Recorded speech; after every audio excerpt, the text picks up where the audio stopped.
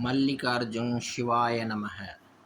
Friends, ஜாதகத்தில் கல்யாண வாழ்க்கையை பார்க்குறதுக்கு முக்கியமாக 7ஆம் வீடு, 2ஆம் வீடு, 12ஆம் வீடு, இந்த மாதிரி வீடுகள் பார்த்து ஒரு மனுஷனோட கல்யாணம் சுகபூர்வமாக வாழ்க்கை எப்படி வாழ்வான், ரொமான்ஸ் எப்படி இருக்கும், அவன் வாழ்க்கையில் எப்படி அவன் நிறைய விஷயங்களை கடந்து போவான், ரொமான்ஸ்லேயும் ஆன்மீகத்துலேயும் இல்லற வாழ்க்கையில் இருக்க சில டியூட்டிஸுங்களையும் இந்த 2-3 வீடுங்களை வச்சு தான் மனுஷனோட விதியை நிர்ணயிக்குது.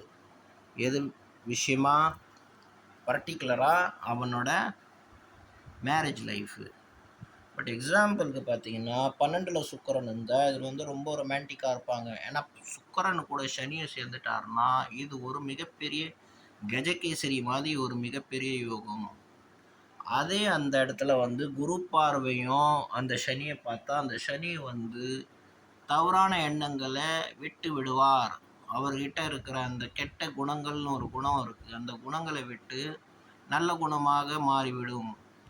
கூட சுக்கிரனும் இருக்கிறதுனால இன்னும் ஃபில்டர் ஆகிடுவார். ஏன்னா அவரோட அதிமித்திரன் கூட இருந்தால் ரொம்ப நல்ல ஒரு பவர்ஃபுல்லான யோகமாக மாறிவிடும். குரு பார்க்கறதுனால அவரோட கெட்ட குணங்கள் எல்லாம் அங்கேருந்து ஓடிவிடும். நல்ல எண்ணங்கள் மட்டும் சனிக்கிட்ட இருக்கும். அது என்ன செய்யும்னா ஆன்மீகத்தையும் கொடுக்கும், இல்லறத்தையும் கொடுக்கும், போகத்தையும் கொடுக்கும், நல்ல எண்ணங்களையும் கொடுக்கும். எல்லாத்தையும் கொடுத்து மனிதனை வாழ வைக்கும் அந்த கிரகம். குரு பார்வை இருக்குது, போதாததுக்கு 12ல் சுக்கிரனும் இருக்குது.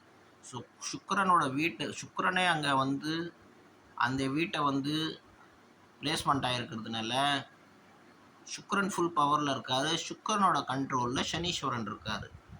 இப்போ சனீஸ்வரனோட கண்ட்ரோலில் சுக்கிரனோட கண்ட்ரோலில் சனீஸ்வரன் இருக்கிறதுனால அது இல்லாத பூர்ணமான சுபகிரகம் குரு பகவான் பார்க்குறார்.